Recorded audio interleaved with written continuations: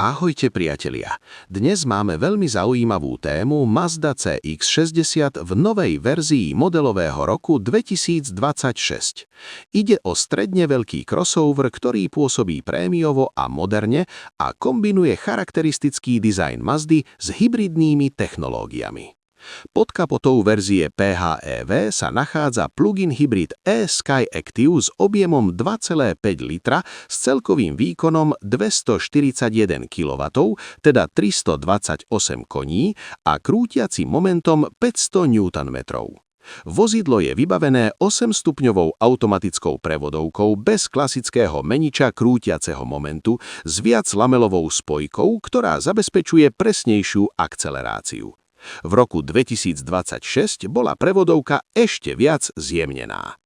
Pohon všetkých kolies iActive AVD zlepšuje stabilitu a zrýchlenie na 100 km za hodinu trvá približne 5,8 sekundy.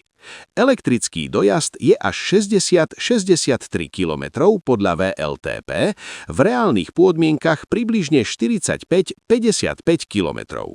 Čo sa týka spotreby paliva, pri pravidelnom nabíjaní je to 1,5 až 2 litre na 100 km, bez neho v priemere 6-8 litrov.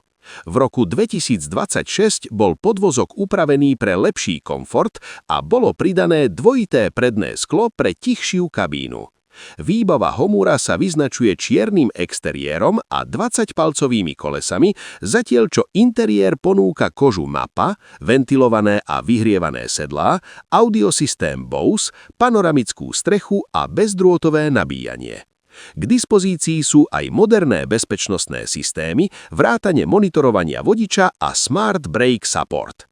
Zhrnutie: Mazda CX-60 PHEV Homura je vyvážený crossover, ktorý kombinuje dynamiku, efektívnosť a komfort.